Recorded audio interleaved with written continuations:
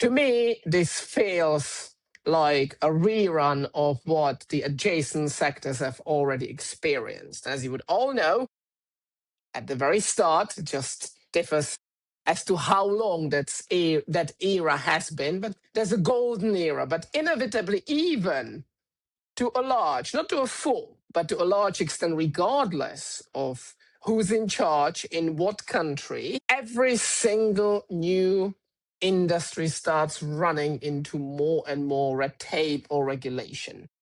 So, in my book, long story short, it will just come down, and that's where politics come in, and what kind of administration will be running the United States of America from the 20th of January 2029 onwards.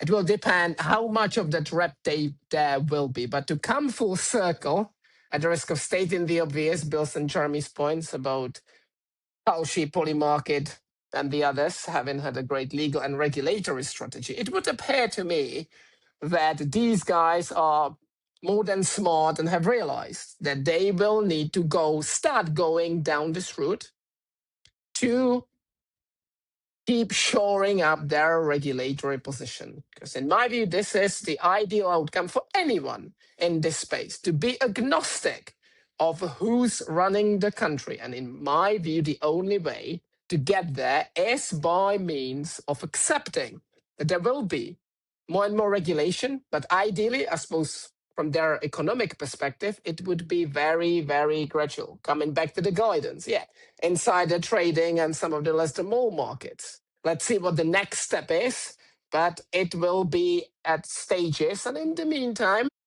they're generating traffic and they're expanding their customer bases. The other point, indeed, if you look at the rest of the world, in some jurisdictions, there's been a very negative reaction to prediction markets. Now, the usual suspects, and with all due respect and love I can muster for these countries, it's their decision to make.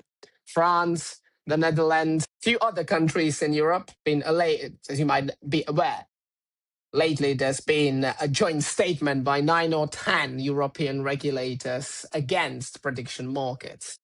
There's a group that sits somewhere in the middle, like the UKGC, it would appear from its negotiations with Kalshi and the others, that they would be prepared to welcome Kalshi to the country as long as, that's the operative part, as long as Kalshi and the rest are prepared to obtain a UKGC license. And of course, to Jeremy's critical point, start paying taxes in the United Kingdom. Brazil has a ban, at least of the sports elements of prediction markets, but it would appear that there's a certain ever-growing chance that Brazil will end up regulating prediction markets as well. So they've been following this strategy. And ultimately, final point I promise, so you all will be aware as well, Gibraltar, one of the hubs of global online gambling, at least in the past, has now introduced a regulatory scheme that allows for licensing of prediction markets.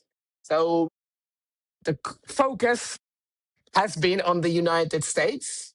To Bill's point, the other countries have not been sitting idly on their hands, and some of them have come to the conclusion that it would be preferable to regulate prediction markets and try to tax them as opposed to try to go down the route of banning them. Yeah, definitely. That's seeing that globally. It's very interesting. We can